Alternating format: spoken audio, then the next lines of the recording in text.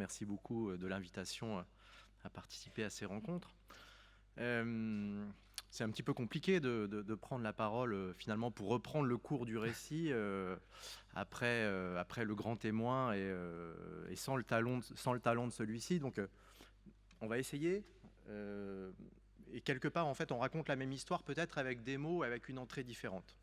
Pour répondre directement à votre question, l'Anthropocène, bien que je pense que le mot est maintenant suffisamment popularisé pour que la plupart dans la salle sachent de quoi il est question, mais pour le dire simplement, l'Anthropocène, c'est quoi? C'est d'abord un terme qui est popularisé dans les années 2000 par un prix Nobel de chimie qui s'appelle Paul Crutzen. Et Paul Crutzen, finalement, fait le constat que l'on fait depuis 2 jours, à savoir l'homme par ses activités, par son impact, par son empreinte sur la planète, a pris une telle dimension qu'il est obligé d'être considéré comme un élément naturel à l'aune des volcans, des tempêtes, de tout un tas d'éléments naturels. Alors vous allez dire, tout ça pour ça. Alors si ce n'est que le tout ça pour ça, en fait il est assez vertigineux et je pense que le témoignage d'Arnaud vous l'illustrera. Ça veut dire quoi? Ça veut dire que... alors, sachez d'abord que l'Anthropocène, aujourd'hui, d'un point de vue scientifique, n'a pas encore été reconnu comme une nouvelle ère qui remplacerait l'Holocène. C'est toujours en débat. La Société scientifique internationale, en l'occurrence l'Union internationale de stratigraphie, n'a pas encore statué sur le fait que nous étions rentrés dans une nouvelle ère qui succède à l'Holocène. Mais finalement, ce qui est intéressant dans l'Anthropocène, c'est pas tant ce passage entre 2 ères géologiques, c'est tous les développements philosophiques, culturels, scientifiques auxquels il donne lieu en sciences sociales. Alors évidemment, j'avais un pense-bête, mais je vais devoir m'en passer. Alors pourquoi c'est important? Parce qu'à partir du moment où l'Anthropocène devient finalement une matrice critique de la société moderne, au vu du sondage et du consensus autour de changer de modèle de société, changer de modèle de société, c'est abandonner la société qui a émergé dans la modernité pour basculer dans ce que l'on appelle le paradigme anthropocène. Ce paradigme anthropocène, il pose un certain problème. Parce qu'en général, un paradigme c'est quoi? C'est un ensemble de valeurs, un ensemble de pratiques, un ensemble d'idées, un ensemble culturel que l'on partage et qui nous permet de trouver notre place dans le monde. En général, les changements de paradigme, on les constate plutôt après. Dit autrement, les travaux de Michel Foucault sur l'archéologie du savoir ont très bien expliqué comment on était passé du paradigme classique au paradigme moderne. Par contre, aujourd'hui, personne n'est encore capable de dire la manière dont on va passer du paradigme moderne au paradigme anthropocène. Alors, il y a certaines pistes, d'ailleurs, vous en avez vous-même, vous en suivez quelques-unes, mais dire demain, le paradigme anthropocène, ce sera ça, ce sera telle valeur, ce sera telle manière de produire, telle manière de consommer ou de ne pas consommer, telle manière de vivre sur Terre, ça reste complètement à inventer. Alors, il y a des anthropologues aussi qui ont tenté de décrire ces paradigmes. Je pense par exemple aux travaux de Descola sur les Indiens Achuar en Amazonie, et il a très bien montré que finalement, le rapport que nous avons avec la nature, le rapport que nous avons avec le monde est avant tout culturel, et que dans d'autres civilisations, dans d'autres cultures, la relation qui est la nôtre et dont on sait qu'elle n'est pas durable est pensée tout à fait différemment. Nous, ce qu'il nous reste à faire, ce n'est pas un travail d'anthropologue, ce n'est pas un travail d'historien, c'est un travail de prospectiviste, si vous me permettez ce mot, c'est d'inventer ce paradigme anthropocène et d'inventer une nouvelle histoire. Aujourd'hui, l'histoire de l'anthropocène, ou le récit naturel, je dirais, de l'anthropocène, c'est l'effondrement. Parce que si l'anthropocène, c'est la suite logique de la modernité et de la manière dont l'homme se comporte avec la nature, je ne vais pas dire que la messe est dite, mais si, la messe est dite. Donc le vrai défi de l'anthropocène, c'est comment on change notre système de valeurs, notre système de pensée, notre catégorisation du monde, notre cadre d'action pour éviter cet effondrement. Bon, excusez-moi, je vous replonge dans les mots déjà très largement décrits hier, mais c'est bien pour montrer l'enjeu. Certains s'y essayent. Bruno Latour a déjà abondamment été cité. Alors pourquoi il a été cité? Parce qu'avec son petit ouvrage, et petit ne vaut que pour la taille de l'ouvrage, pas pour l'ambition, Atterrir, Bruno Latour tente de mettre les pieds dans cette épreuve de définition du paradigme anthropocène. Et vous connaissez le terme, hein, il dit il va falloir atterrir. Et derrière ce terme atterrir, en fait, il y a évidemment nous, géographes, acteurs territoriaux, on le voit d'une certaine façon, mais il y a deux choses. Bruno Latour dit il va falloir changer la manière de s'orienter dans le monde. Donc c'est bien une révolution culturelle globale auquel Bruno Latour a tenté de contribuer à travers son ouvrage. Et puis il nous dit aussi, et c'est là où nous allons atterrir, c'est le cas de le dire, pour opérer ce changement global, le territoire, l'approche locale ou régionale, au sens géographique du terme, est tout à fait pertinente. Et quelque part, il nous dit aussi, et c'est ce que Cyril Dion dit aussi, toutes les occasions sont bonnes à prendre pour atterrir. Dit autrement, il ne s'agit pas de dire c'est le SRADET, c'est la région, c'est l'État, c'est... Non. En fait, toutes les occasions sont à saisir pour atterrir. Dit autrement, et vous voyez où je veux en venir, c'est assez gros, les SCOT sont par nature une occasion qui se présente à nous pour penser cet atterrissage. Et je rentre dans l'explication de la commande. Le CGET pour lequel je travaille a donc passé une commande à un groupe d'élèves qu'Arnaud représente ici, du centre Michel Serres, en leur disant « Vous voulez faire de la prospective, vous êtes designer, vous êtes un groupe pluridisciplinaire et surtout vous êtes jeune, vous avez encore la force de l'étonnement avec vous et vous avez envie de construire un nouveau monde. Voilà le défi, imaginez le SCOT de l'Anthropocène. » Arnaud, à toi. Je m'appelle Arnaud, je suis étudiant au centre Michel Serres, qui est un centre en innovation à Paris. Et je viens vous raconter une histoire que j'ai vécue. C'est l'histoire du projet collectif aménagé, habité, composé avec le territoire à l'ère anthropocène. C'est à la fois en tant qu'étudiant, que citoyen, mais aussi qu'être humain que je viens vous parler aujourd'hui, et je viens vous relater cette expérience des 5 derniers mois. C'est une histoire parce que raconter 5 mois de projet en 10 minutes, c'est pas possible. Alors, plutôt que de vous exposer des solutions, on a préféré vous parler des réflexions. Avec mes camarades, donc 6 autres personnes qui ont des disciplines différentes, on est monté dans un avion. L'avion du monde moderne, et très vite, on a compris qu'il était en échec, qu'il était en feu. Donc, qu'est-ce qu'on peut faire? Soit on tente de le réparer, soit on trouve un parachute et on accepte de sauter. Répondre aux défis de l'Anthropocène, ça n'appelle pas simplement à des simples transitions.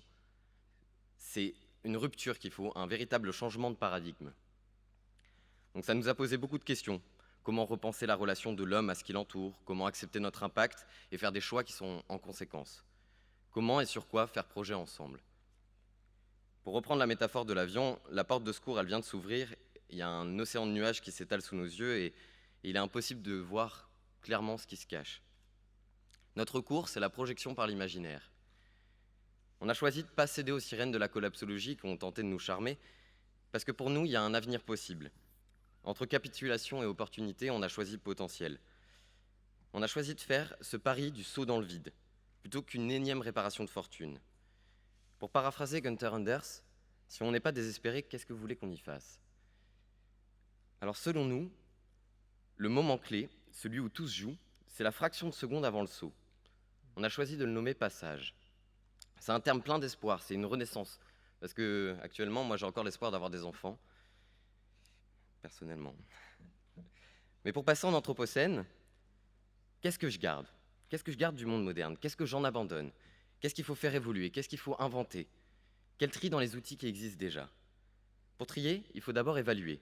Pour ça, il faut s'immerger complètement dans ce nouveau paradigme qu'est l'Anthropocène. Rémi Beau, un chercheur et philosophe qui est spécialiste de cette ère, il nous racontait que plonger en Anthropocène, ça ramène très souvent les explorateurs vers des pensées qui sont très modernes. Donc si l'Anthropocène est un nouveau chapitre, il s'agit d'écrire les premières pages avec des outils nouveaux, de faire une place à des nouveaux auteurs, des nouveaux contributeurs, de raconter des histoires différentes. C'est à ce moment du projet qu'on a croisé le SCOT. Plus précisément, le SCOT des Vosges centrales. Comme le passage à l'ère Anthropocène impacte potentiellement tous les champs de l'activité humaine et du territoire, cette rencontre était inéluctable. On a arpenté le territoire, on a rencontré longuement les équipes du SCOT, et d'ailleurs j'en profite pour les remercier, à la fois pour leur accueil et leur temps qu'ils nous ont offert. Pourquoi et comment faire se rencontrer SCOT et Anthropocène? Tout d'abord parce que l'échelle du SCOT, elle résonne avec nos considérations. C'est une échelle qui est à la fois organisationnelle et sensible, qui mêle individus et collectifs et regroupe des acteurs et des typologies de territoires variés. Ensuite, c'est parce que c'est un outil qui génère des règles, des normes. On les a appelées des « il faut ». Comment, dans un cadre anthropocène, le SCOT pourrait-il accompagner la génération et l'écriture de nouveaux récits? Pour cela, on se propose de croiser les « il faut » avec des « et si ». On s'est donné la liberté de convoquer de nouveaux acteurs, de nouvelles thématiques, pour imaginer cette double contrainte qui est Anthropocène et SCOT, les nouveaux récits. On souhaite marier le rationnel et le sensible, l'expert et le profane, l'humain et le milieu dans une démarche qui est centrée utilisateur, qu'on a empruntée au design. Noétie parie donc sur l'inclusion du citoyen acteur, un citoyen au service de tous et de l'écosystème. Demain, tous les vivants doivent être compris dans le SCOT. Je vous propose donc à présent de survoler 3 de Noétie. Et si on changeait la représentation que l'on ancre du territoire? Discuter du territoire, c'est trouver des représentations, des médiations qui peuvent supporter des échanges. L'échelle du temps et la représentation géographique omniprésente nous sont apparus comme étant des freins pendant notre immersion. Ces éléments, ils cantonnent la compréhension aux experts et aux proches de l'organisation. Ça bloque celle de l'habitant qui ne perçoit pas le territoire de la même manière. Comment faire une place à des représentations qui intègrent du ressenti, de la subjectivité et qui enrichissent la perception d'un territoire? Comment fusionner des représentations expertes et d'autres liées à une maîtrise de l'usage? Comment faire une place tout bêtement aux non-humains? Les cartes d'aujourd'hui abordent le territoire de manière très pragmatique. Elles permettent de percevoir les distances, les routes, les reliefs, etc. Elles cristallisent tout ce qui est l'aspect pratique. Pourtant, comprendre un territoire dans toutes ses dimensions, ça nécessite selon nous de dépasser cet aspect qui est purement objectif. Comment sinon on peut parler de paysage, de ressenti ou même ne serait-ce que d'agrément? Changer de regard sur le territoire, ça passe sans doute par la production de représentations qui sont plus sensibles. C'est associer les acteurs du territoire qui sont experts de leur quotidien à ce travail, même si ça amène une difficulté supplémentaire. L'aspect subjectif, il se superpose à la dimension sensible. Et ces cartes subjectives, elles sont très riches. Elles révèlent d'autres dimensions. Des états d'esprit lors des déplacements, des habitudes surprenantes, des sensibilités à des ambiances. En quelque sorte, c'est le chemin de l'âne et toutes les informations qui peuvent et doivent outiller l'aménagement du territoire. À l'heure de l'Anthropocène, on doit avoir la flexibilité qui permet de jongler entre différentes formes de représentation. Collecter des données objectives, c'est un premier pas, mais faire émerger et collecter d'autres formes de données, puis les rendre visibles et accessibles, permettra de mettre en relation différents points de vue sur un territoire pour en faire émerger une vision qui sera beaucoup plus sincère. Ça permet aussi d'intégrer d'autres formes de points de vue, comme par exemple celui de non-humains. Et si on élargissait le SCOT à des thématiques qui sont moins rationnelles?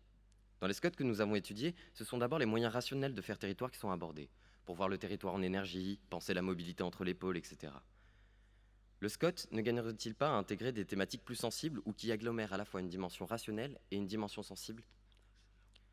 L'alimentation, qui mêle des questions de production, de transformation, de distribution, de consommation, est un exemple de ces thématiques. L'agriculture est bien présente dans les SCOT que nous avons étudiés, mais l'alimentation était très peu présente. On a tous besoin de se nourrir. La cuisine, elle porte une dimension culturelle très importante, et il s'agit là pour nous d'un levier très fort pour toucher l'ensemble de la population. Hier et aujourd'hui, on a cultivé, transformé, développé des habitudes et fait des choix alimentaires que demain, on devra sûrement repenser. Manger, mais aussi produire et échanger autrement. Aujourd'hui, en France, 50% de notre alimentation est importée. Alors que et comment mangerons-nous demain? Au-delà d'une production qui est plus respectueuse du milieu, utilisant sans doute moins d'intrants et de pesticides, les collectivités, les habitants, les agriculteurs, les restaurateurs, ils doivent développer une intelligence et une sensibilité collective pour l'alimentation. Production locale à des échelles différenciées, première transformation rapide pour éviter les pertes, sont déjà des démarches qui sont sur les rails et qu'il convient sans doute d'encourager. Pourtant, ces outils, aussi pertinents soient-ils, peuvent rapidement se montrer très modernes. S'inspirer de la biodynamie pour imaginer la valorisation de déchets agricoles soit par des porcins ou des bovins, est-ce qu'on ne replace pas là l'animal au service de notre besoin, de notre désir de production? Développer une culture de l'anthropocène, une culture anthropocène de l'alimentation, c'est imaginer une approche où l'homme n'est pas au centre, et ça dans le respect des sensibilités locales. Il faut re-questionner le terroir, non pas dans sa spécialisation par l'homme, mais dans une capacité d'expression nouvelle, presque symbiotique.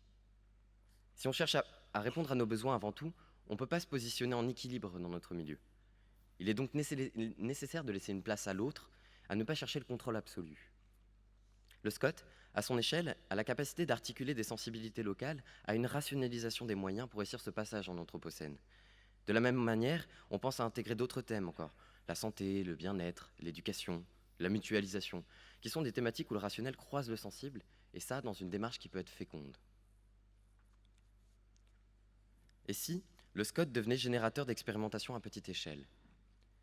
Le droit à l'expérimentation est inscrit dans la Constitution, mais il est très peu utilisé car il est très contraignant. Par exemple, la nécessité de validation par l'État, la restriction à des catégories qui sont bien précises, l'obligation de reproductibilité qui nie les différences des territoires. Pourtant, l'expérimentation semble une des possibilités de saut dans l'anthropocène. Il est nécessaire pour cela de générer des connaissances nouvelles, de l'expérience et de façonner des modes de partage. Aujourd'hui, il existe une multitude d'initiatives qui sont portées par des esprits volontaires et désireux de changement. Mais la pérennisation et le partage de ces initiatives, elles restent très complexes. Est-ce que le Scott ne pourrait pas endosser ce rôle de protecteur et de diffuseur? Voire même, est-ce qu'il ne pourrait pas devenir générateur d'idées, générateur de possibilités pour l'avenir? S'il faut apprendre à avancer sans savoir exactement où on va, accepter de prendre le chemin et de construire pas à pas, il faut stimuler les personnes qui sont prêtes à avancer, prêtes à essayer. On est certes dans un brouillard où le chemin n'apparaît pas, mais est-ce que c'est une raison pour rester dans cet avion qui est en flammes? Et si le Scott venait permettre d'accentuer l'expérimentation citoyenne, lui donner un îlot sur lequel se développer un îlot qui s'extrait des normes, des règles qui sont déjà établies, pour pouvoir pousser vers la création du nouveau. C'est ce qu'on a appelé le principe du Scott parapluie. Faire que le Scott protège l'écriture de nouveaux récits, la pluralité des avenirs, et même si on n'a pas la certitude que ce sont les bons. L'enjeu, c'est aussi de mieux intégrer les acteurs à leur milieu, de renforcer un lien. Vous parlez beaucoup de déconnexion, c'est peut-être là l'occasion. Aujourd'hui, la connaissance et l'implication citoyenne dans le Scott, ils sont quasi nuls. Aussi, l'ouverture et la communication de l'expérimentation au plus grand nombre d'acteurs possible, ça peut créer un regain d'intérêt. Personnellement, avant le projet, je ne connaissais pas le Scott. Cela peut permettre aussi de construire un espace collectif local, en toute transparence, d'en renforcer la cohérence et de générer de nouveaux savoirs à partir des expérimentations qui seraient conduites par les citoyens. Pour développer notre résilience collective, on doit se munir de possibilités d'adaptation et pour ça, il faut faire émerger, permettre, accompagner, participer à des évaluations. La distribution des rôles de chacun en est changée, l'expert et le citoyen travaillent ensemble, mais différemment. Pour conclure, il est difficile de vous faire partager toutes les interrogations et tous les sujets qu'on a abordés en 5 mois. S'il fallait retenir qu'un seul enseignement, il tient sans doute à la phrase qu'on s'est le plus opposés les uns aux autres durant le projet, c'est-à-dire « c'est très moderne comme vision ». Travailler le passage, ça a été un moment riche et parfois très difficile. On a beaucoup débattu, on s'est un peu dépouillé. Ça nous a conforté dans l'idée qu'avant de chercher des solutions, il est primordial qu'on construise un cadre dans lequel l'homme est placé à une position nouvelle, à la fois vis-à-vis du milieu, mais aussi des autres êtres. Sinon, les vieux réflexes qu'on a l'habitude d'avoir, ces réflexes modernes, vont se réinviter très vite fait. Merci de votre attention.